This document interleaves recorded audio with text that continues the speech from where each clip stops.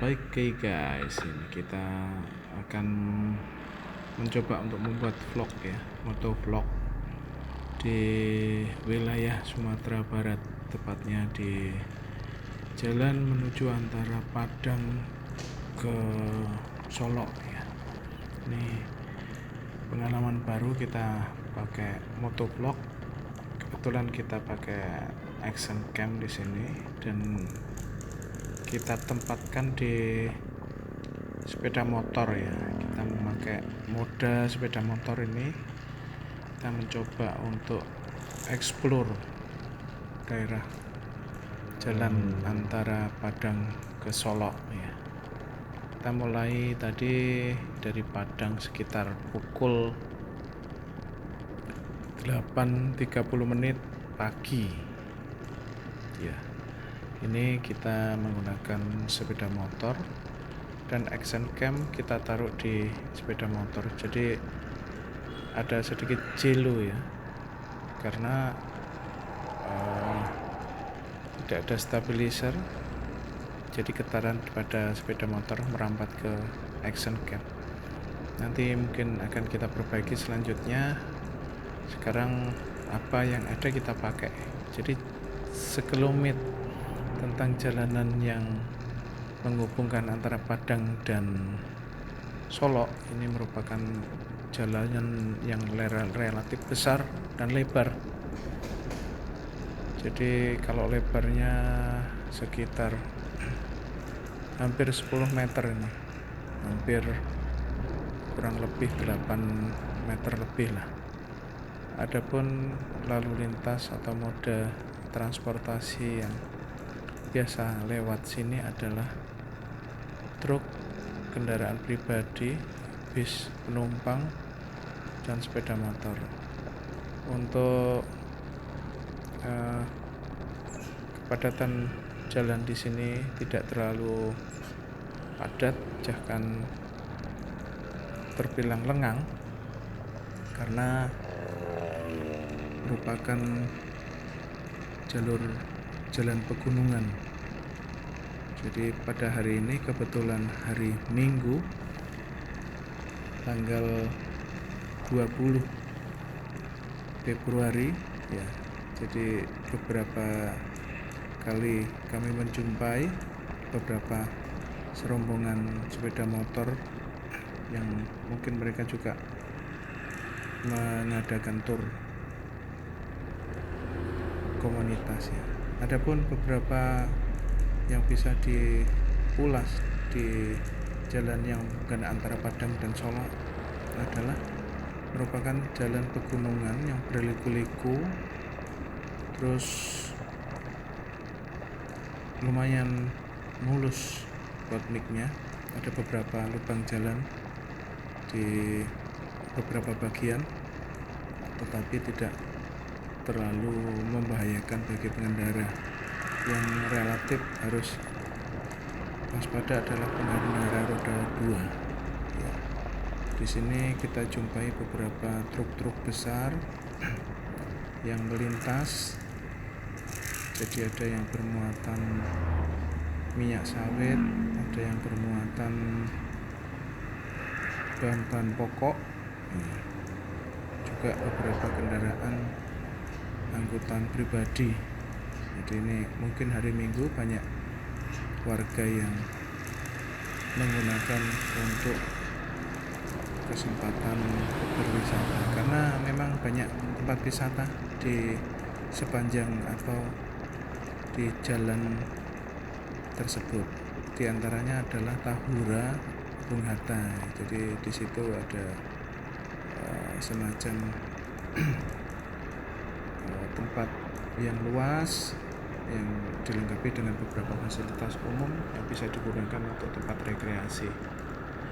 Adapun di jalan ini juga terdapat ikon jalan yang menarik, yaitu Sitinjau Laut ya. Sitinjau Laut adalah suatu jalan yang mempunyai tingkat resiko atau tempat jalan yang berbahaya karena merupakan eh, jalan yang mempunyai belokan hampir 360 derajat atau satu putaran penuh.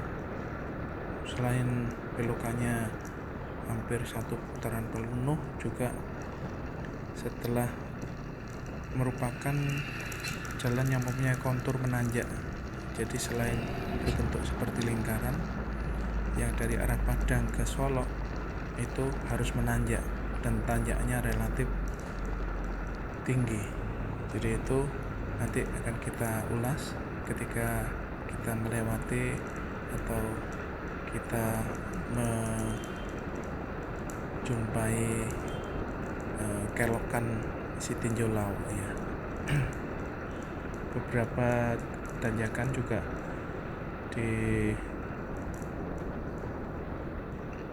mempunyai pertimbangan yang berisiko, makanya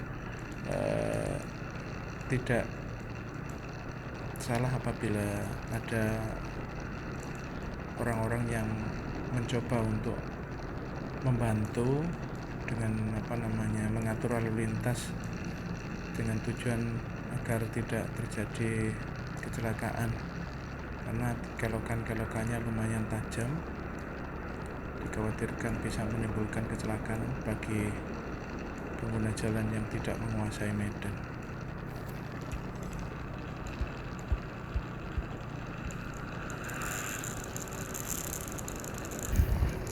Catatan juga bagi pengendara yang mungkin belum berpengalaman atau baru pertama kali melewati jalan ini, diharapkan untuk lebih ekstra waspada, karena selain naik turun konturnya juga terdapat lubang-lubang jalan yang ada di badan jalan maupun di bahu jalan. Sekalian itu truk-truk yang lewat atau kendaraan-kendaraan adalah kendaraan yang bertonase besar. Jadi terutama untuk truk-truk yang mempunyai tonase besar harus betul-betul baik jalan, baik mesin maupun rem, terutama rem. Jadi pada turunan-turunan yang panjang dan panjang dan curam, itu seringkali terdengar suara truk-truk besar untuk mengadakan tes rem untuk buang angin. Ini ya, mohon maaf jelo kencang pada kamera action yang saya bawa. Nah, ini banyak jalanan yang berkelok ya, dan kendaraan-kendaraan yang melintas, ada yang bermuatan berat, ada juga kendaraan ringan tapi mempunyai kecepatan yang tinggi. Ini harus relatif hati-hati. Ini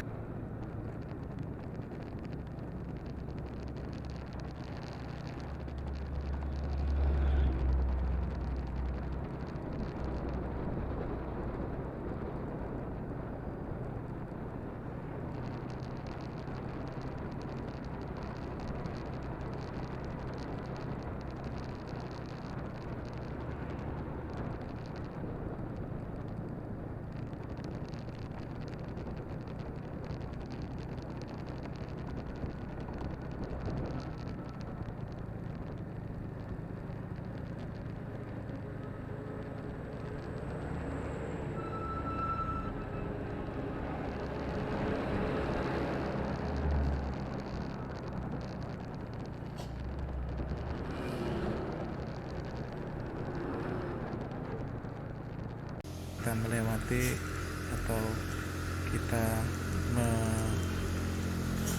menjumpai kelokan Sitinjau Laut.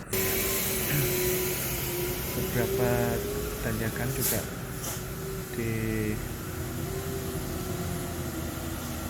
mempunyai pertimbangan yang berisiko, makanya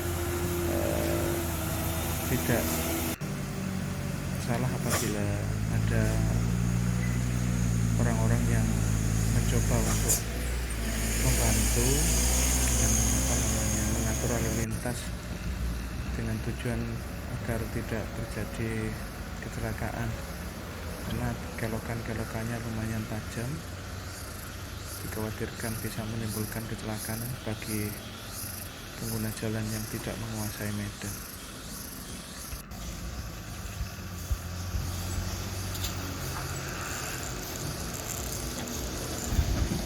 Catatan juga bagi pengendara yang mungkin belum berpengalaman atau baru pertama kali melewati jalan ini, diharapkan untuk lebih ekstra waspada, karena selain naik turun konturnya juga terdapat lubang-lubang jalan yang ada di badan jalan maupun di bahu jalan. Sekali lain itu truk-truk yang lewat atau kendaraan-kendaraan adalah kendaraan yang bertonase besar. Jadi terutama untuk truk-truk yang mempunyai tonase besar harus betul-betul laik jalan, baik mesin maupun rem, terutama rem. Jadi pada turunan-turunan yang panjang dan panjang dan curam, itu seringkali terdengar suara truk-truk besar untuk mengadakan tes rem untuk buang angin. Ini ya, mohon maaf jelo kencang pada kamera action yang saya bawa. Nah, ini banyak jalanan yang berkelok ya, dan kendaraan-kendaraan yang melintas, ada yang ya bermuatan berat, ada juga merupakan jalan yang mempunyai belokan hampir 360 derajat atau satu putaran penuh. Selain belokannya hampir satu putaran penuh, juga setelah merupakan jalan yang mempunyai kontur menanjak. Jadi selain berbentuk seperti lingkaran, yang dari arah Padang ke Solo itu harus menanjak, dan tanjaknya relatif tinggi. Jadi itu nanti akan kita ulas ketika kita melewati atau kita menjumpai kelokan Sitinjau Laut ya. Beberapa tanjakan juga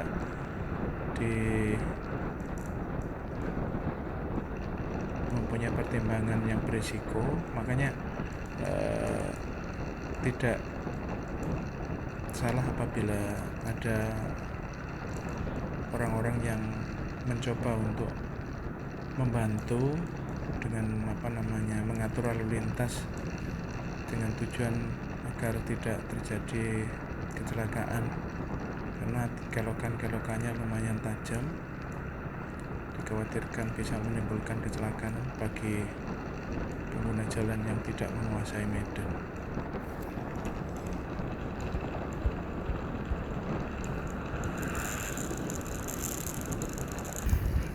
Catatan juga bagi pengendara yang mungkin belum berpengalaman atau baru pertama kali melewati jalan ini, diharapkan untuk lebih ekstra waspada, karena selain naik turun konturnya juga terdapat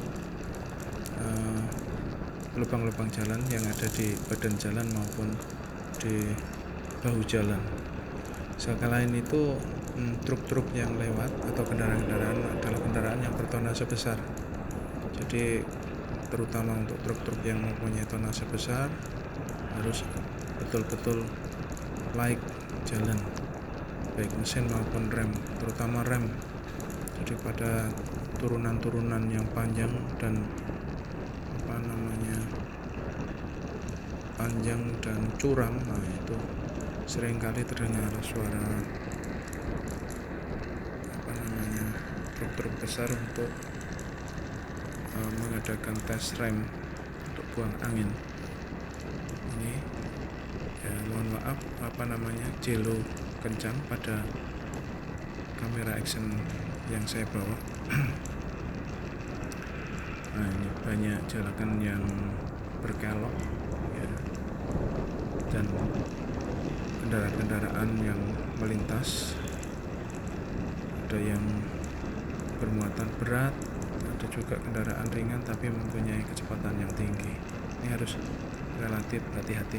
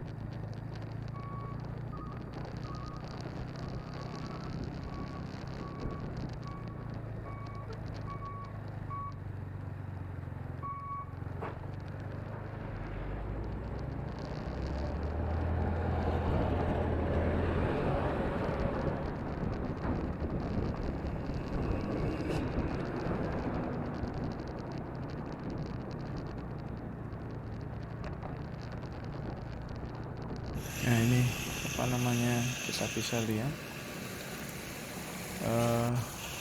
di sebuah spot yang ada di jalan sebelum masuk Kota Padang, di mana banyak kita jumpai binatang kera yang ada di pinggir jalan. Nah ini pemandangan yang ada di sekitar tempat tersebut. Kita lihat terdapat sebuah bukit yang ditambang untuk bahan baku dari semen yang terkenal di Padang.